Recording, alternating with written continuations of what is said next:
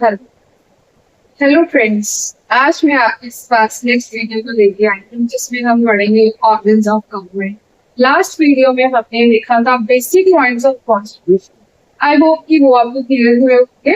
And next आज हम further constitution subject को कंटिन्यू करने से पहले सबसे पहले देखना है ऑर्गन्स ऑफ गवर्नमेंट, जो कि समझने बहुत ही जरूरी है आगे कॉन्स्टिट्यूशन को समझने के लिए। छोटा सा टॉपिक है, जल्दी से इसको समझेंगे। Let's start. देखिए, सबसे पहले हम देखना चाहेंगे constitution of organs of government. अब गवर्नमेंट सरकार के अंग क्या है?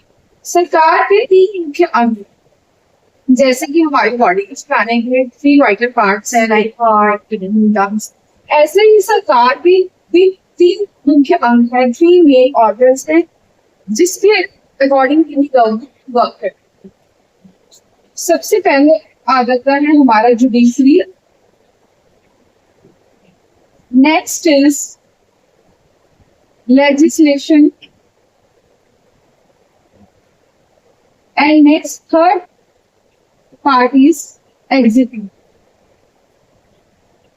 अब ये तीनों आगे पीछे भी हो सकते हैं, में ये थ्री ऑर्गन्स हैं जिनको समझना बहुत ही जरूरी है कि इनका रोल क्या है गवर्नमेंट को रन करने के लिए, ये कैसे वर्क करती है और इसके अंदर क्या क्या इंक्लूड है, हम ये समझें। इन सबको मिला के भी गवर्नमेंट बन। सबसे पहले हमारे पास हम सबसे पहले स्टार्ट कर लेते हैं लेजिस्लेशन। अब लेजिस्लेचर क्या होता है? लेजिस्लेशन वो है जिसके पास लॉ मेकिंग पावर, जो भी कानून बनाते हैं उसको बोलते हैं विधायक। दैट इज, अब इसके अंदर कौन कौन आता है? लेजिस्लेचर, विधायक, एंड सेकंड इज पार्लियामेंट। ये क्या है? इनका रोल क्या है? ये लॉज को बनाते हैं, इनके पास क्या है? Law making power. अब ये बताते हैं कि कानून कौन सा होगा, कैसा होगा और क्या, और इसको हम कहते हैं लेजिस्लेशन। सबसे पहले यहां से अब लॉ बन गया। नेक्स्ट इज, इसकी बारी आती है जुडिशरी। अभी इसको रन जो करते हैं उनको कहते हैं जुडिशियल पावर्स।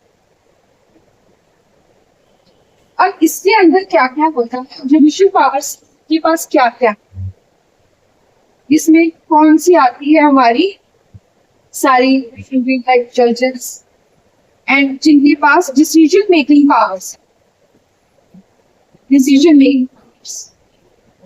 अब लॉ बन गया, उसको इम्प्लीमेंट करवा, law make decision making powers. Next is dispute resolution. अब इनका क्या है? जुडिशियल पावर का dispute resolution.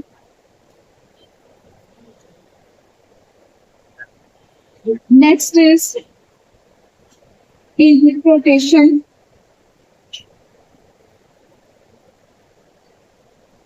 Interpretation of the constitution, इसका मतलब है संविधान की व्याख्या।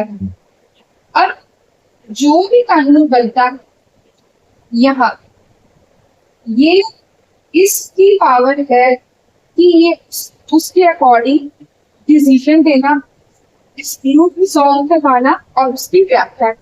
इन्होंने लॉ बनाया, इन्होंने व्याख्या, ठीक है। That is legislative power and that is judicial power, जिन्होंने उस लॉ की इंटरप्रिटेशन करी। एंड थर्ड हमारे पास आता है एग्जीक्यूटिव। अब इसका रोल क्या है हमारा? अब जो ये एग्जीक्यूटिव पावर्स को रोल प्ले करेगा, उनके पास कौन सी पावर्स होंगी? Executive powers. अब इसके अंदर कौन आते हैं? लाइक एसडीएम और सारी जो पुलिस मशीनरी है, जो कि इन कानून की पालना करवाएगी। इन्होंने लॉ बनाया, इन्होंने इसकी व्याख्या करी जुडिशरी में इस लॉ की। एग्जीक्यूटिव के पास क्या है कि उस कानून की पालना करवा। कौन से कानून की? जो कि लेजिस्लेचर ने बनाया है और जो जुडिशरी ने उसको उसके ऊपर डिसीजन लिया, उसकी पालना कौन करवाएगा? एग्जीक्यूटिव मशीनरी हमारे। अब इसके अंदर हमारे एसडीएम, डीएम ऑल सारे आ जाए। अब ये इसका रोल हमारा क्या है? अब क्या है? एग्जीक्यूशन ऑफ, इसको हम बोलेंगे एग्जीक्यूशन, अगर हमने फाइन लेना हो, execution of decision of judiciary and legislative powers and legislature.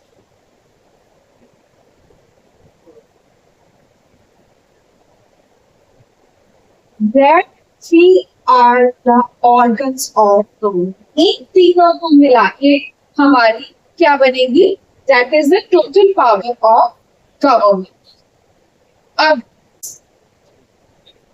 Next role क्या है एग्जीक्यूटिव पावर्स का? मेकिंग पॉलिसीज, ऐसी पॉलिसीज बनाना जो कि हमारे डिसीजंस को और जो भी कानून बना है, लॉ बना है, उसकी पालना करना। ये काम किसका है? एग्जीक्यूटिव मशीनरी का। तो ये हमारे पास ऑर्गन्स ऑफ गवर्नमेंट। हमें फर्दर कॉन्स्टिट्यूशन समझने से पहले पता होना चाहिए कि हमारे थ्री मेन जो पार्ट्स हैं वो कौन कौन से हैं, जिसके अकॉर्डिंग गवर्नमेंट रन होती है, और इन तीनों का हमारे क्या रोल प्ले होता है कॉन्स्टिट्यूशन। तो ये हमें टॉपिक जो है वो समझना आगे कॉन्स्टिट्यूशन में बढ़ने के लिए बहुत जरूरी था। आई होप कि आपको समझ आया होगा, और फर्दर अगर आप कुछ आपको क्लियर ना हो तो आप प्लीज मुझे कमेंट कर सकते हैं। आगे फर्दर वीडियो के लिए हम तैयार रहेंगे। नेक्स्ट हम पढ़ेंगे meaning of constitution and term by term में आपको वीडियोस अपलोड करती रहूंगी और हमारा सारा कॉन्स्टिट्यूशन ऐसे समझिए। Thank you.